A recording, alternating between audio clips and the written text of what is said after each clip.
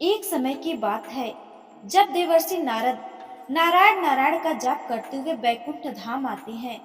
तभी भगवान श्री हरि और माता लक्ष्मी को प्रणाम करते हुए बोले, हे प्रभु, आज जब मैं पृथ्वी लोक पर भ्रमण कर रहा था तब देखा कि कई सारी स्त्रियां अपने पतिव्रता धर्म का कठोर रूप से पालन कर रही थी। वहीं कुछ स्त्रियां अपने पति की आंखों में धूल झोंककर पराये पुरुषों के साथ अनैतिक संबंध बना रही थी। ऐसा क्यों होता है, मैं जानना चाहता हूँ। आखिर सच्चे पतिव्रता स्त्री की पहचान कैसे की जाए? हे प्रभु, उसके अंदर कौन से गुण होते हैं तथा एक चरित्रहीन स्त्री में कौन से अवगुण होते हैं? तब भगवान श्री हरि कहते हैं, नारद, आपने समस्त मानव जात के कल्याण हेतु महत्वपूर्ण प्रश्न किए हैं, किंतु एक स्त्री के मन को समझ पाना किसी के भी बस की बात नहीं है। आपको इस प्रश्नों के योग्य उत्तर देवी लक्ष्मी ही दे सकती हैं। लक्ष्मी, मैं आपसे निवेदन करता हूँ, आप हमारे परम भक्त देवर्षि नारद की जिज्ञासा को शांत कीजिए और उनका मार्गदर्शन कीजिए। तब देवी लक्ष्मी कहती हैं, हे प्रभु, आपकी आज्ञा से मैं अवश्य ही नारद जी की जिज्ञासा को पूरा करूंगी। हे देवर्षि नारद, जिस भी नारी के अंदर यह 3 लक्षण होते हैं, उस स्त्री का वंश शुद्ध होता है, उसके घर पर लक्ष्मी निवास करती है। उस नारी के पति के साथ ही पिता के भी इन 2 कुलों के लोगों को स्वर्ग की प्राप्ति होती है। जो यह पतिव्रता होती हैं, वह मृत्यु के पश्चात विष्णु लोक को प्राप्त करती हैं। पतिव्रता स्त्री की महानता की एक पवित्र कथा सुनाती हूँ। इस कथा का श्रवण करने मात्र से ही व्यक्ति के सभी पाप नष्ट होते हैं। जो व्यक्ति ध्यान मगन होकर इस कथा को सुनता है, भगवान विष्णु उसके 32 अपराध माफ करते हैं। इसलिए प्रत्येक मनुष्य को इस कथा को ध्यान से सुनना चाहिए। दोस्तों, देवी लक्ष्मी कहती हैं, हे देवर्षि नारद, प्राचीन काल की बात है। मध्य देश में एक अत्यंत शोभामान नगरी थी। उसमें एक पतिव्रता ब्राह्मणी रहती थी। उसका नाम सबैया था। सबैया का पति पिछले जन्म के पाप कर्मों के कारण इस जन्म में कोढ़ी हो गया था, अर्थात उसे कोढ़ का रोग हो गया था। उसके शरीर में बहुत सारे जख्म थे, जिसमें सदा ही पस निकलता था। उसके पति की ऐसी दुर्गति देखकर भी सबैया ने अपने पति का साथ नहीं छोड़ा और निर्मल भाव से वह अपने पति की सदा सेवा करती रहती थी। पति के मन में जो भी इच्छा होती, उसे वह नारी अपनी शक्ति के अनुसार अवश्य पूर्ण करने का प्रयास करती थी। सबैया प्रतिदिन देव पूजा की तरह ही अपने पति की पूजा करती थी और अपने मन की सभी इच्छाओं को त्याग कर अपने पति के प्रति विशेष स्नेह रखती थी। दोस्तों, देवी लक्ष्मी कहती हैं, हे देवर्षि नारद, फिर एक दिन सबैया के पति को रास्ते से जाती हुई एक अत्यंत सुंदर वेश्या दिखाई दी। उस सुंदर वेश्या को देखकर उसका पति काम वासना से भर गया और उस वेश्या पर मोहित हो गया। उस वेश्या के सुंदर रूप ने उस ब्राह्मण को पूरी तरह से अपने वश में कर लिया। उसके रूप को देखते ही वह आह भरने लगा, लंबे लंबे सांसें खींचने लगा और जब वह वेश्या उसकी नजरों से दूर चली गई तो वह बहुत दुखी हो गया। अपने पति की आवाज सुनकर वह पतिव्रता तुरंत दौड़ती हुई घर से बाहर आ गई और अपने पति से पूछने लगी, हे नाथ, क्या हुआ? आप इतने उदास क्यों हो गए?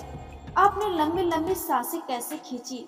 आपको जो कष्ट है मुझे बताइए। जो भी कार्य हो आप मुझे बताइए, वह मैं पूर्ण करने का अवश्य प्रयास करूंगी। हे प्राणनाथ, एकमात्र आप ही मेरे गुरु हैं। प्रियतम पत्नी की इस तरह पूछने से उसके पति ने कहा, हे प्रिय, मुझे जो चाहिए वो तुम नहीं दे सकती। तुम ही क्या, कोई भी मुझे नहीं दे सकता, इसलिए उस पर व्यर्थ की बात करना उचित नहीं है, इसलिए तुम रहने दो।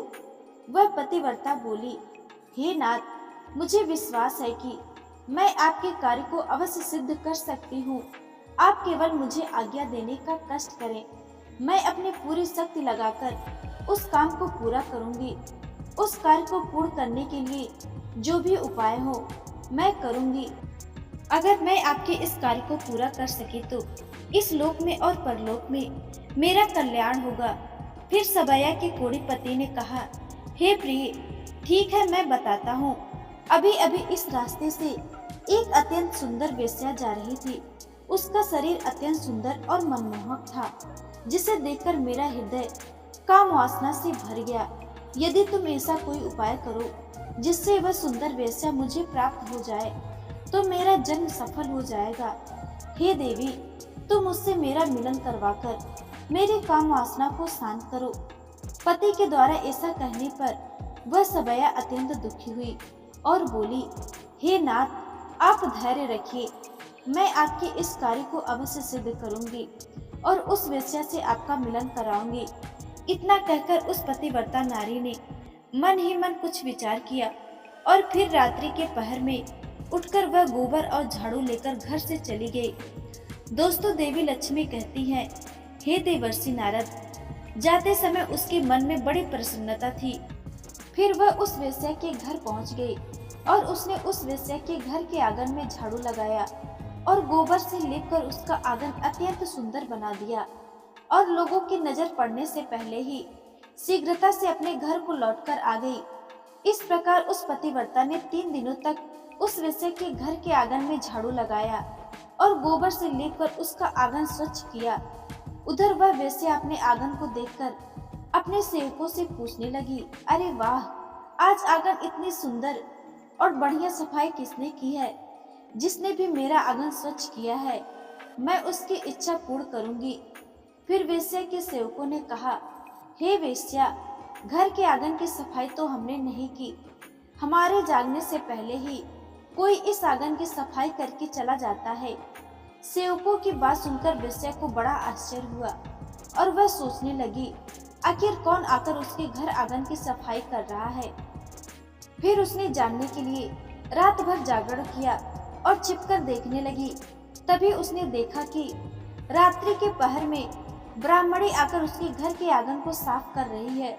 दोस्तों, देवी लक्ष्मी कहती हैं, हे देवर्षि नारद, ब्राह्मणी को देखते ही वह वेश्या बोली, हाय हाय, हे देवी, आप यह क्या कर रही हो?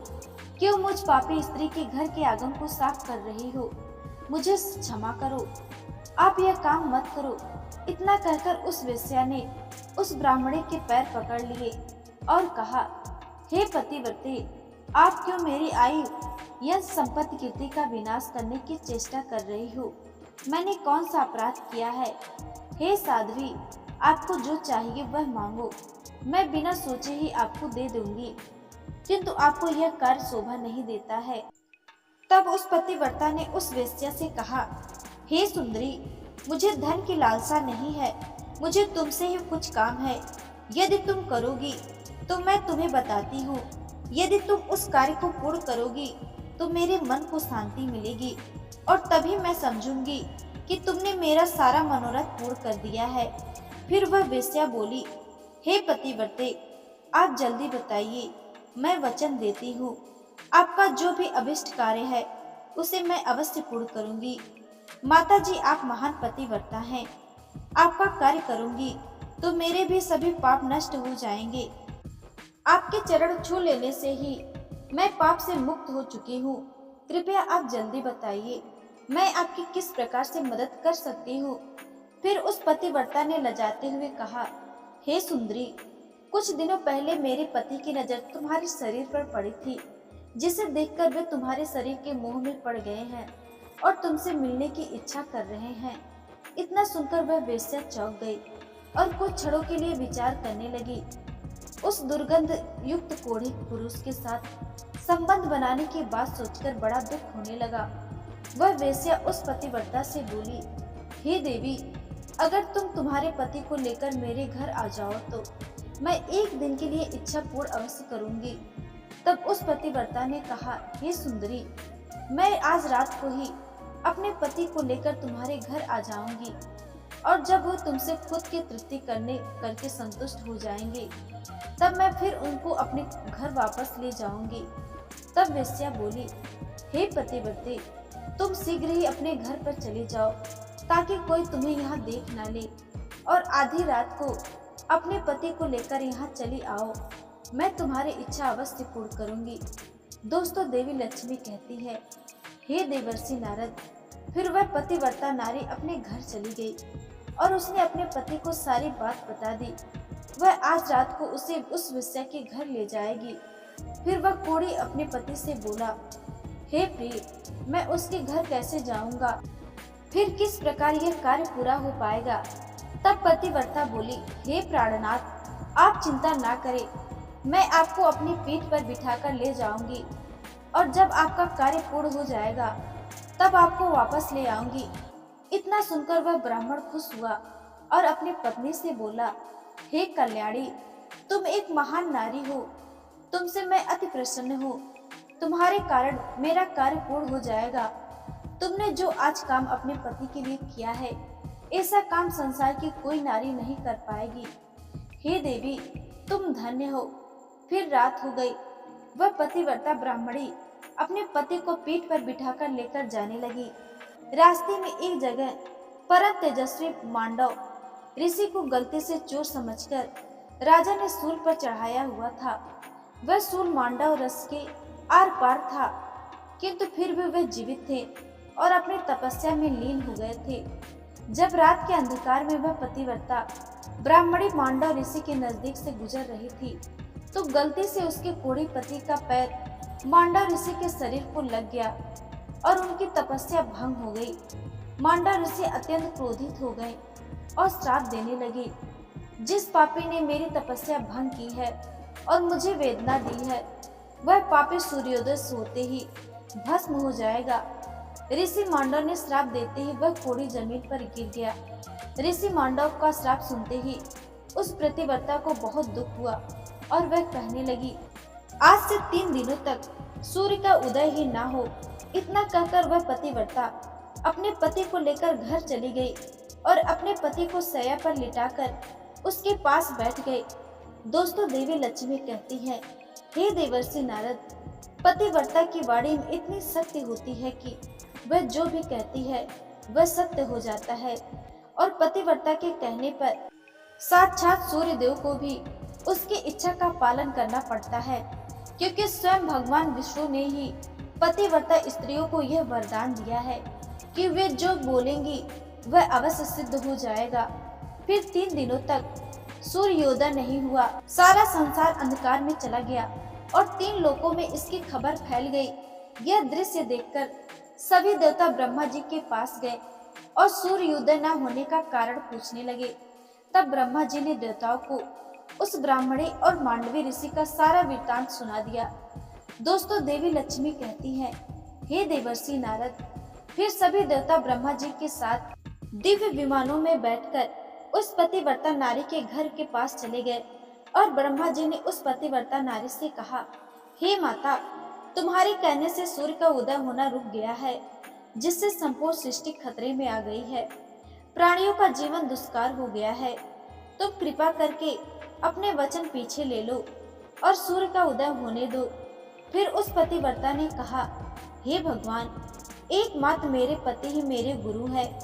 यह मेरे लिए संपूर्ण लोकों से बढ़कर है और सूर्य उदय होते ही मेरे पति की मृत्यु हो जाएगी, क्योंकि मांडव मुनि ने ऐसा श्राप दिया है। मैंने किसी लोभ या क्रोध में तथा मोह में आकर ऐसा नहीं किया है। मैं केवल अपने पति के प्राणों की रक्षा करना चाहती हूँ।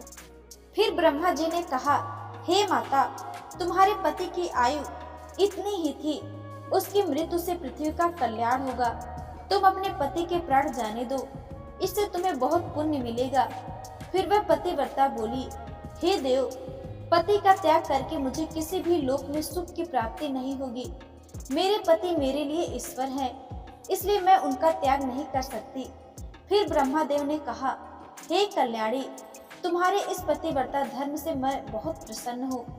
तुम अभी इस हट को छोड़ दो और सूर्य का उदय होने दो, जिससे सारा संसार स्वस्थ हो जाएगा और हमारे आशीर्वाद से तुम्हारा कोढ़ी पति भी कामदेव के समान ही सुंदर हो जाएगा। दोस्तों, देवी लक्ष्मी कहती हैं, हे देवर्षि नारद, ब्रह्मा जी द्वारा ऐसा कहने पर उस पतिव्रता ने थोड़ी देर विचार किया और उसके बाद हाँ कहकर स्वीकृति दे दी और फिर सूर्य का उदय हुआ।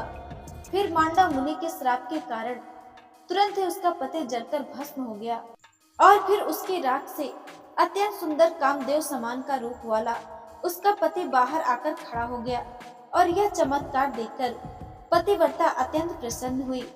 और फिर स्वर्गलोक से एक अत्यंत तेजस्वी विमान आया और पतिव्रता नारी अपने पति के साथ बैठकर स्वर्गलोक को चली गई।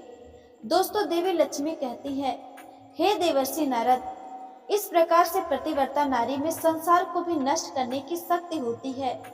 पतिव्रता नारी के समान बड़े बड़े देवताओं को भी झुकना पड़ता है।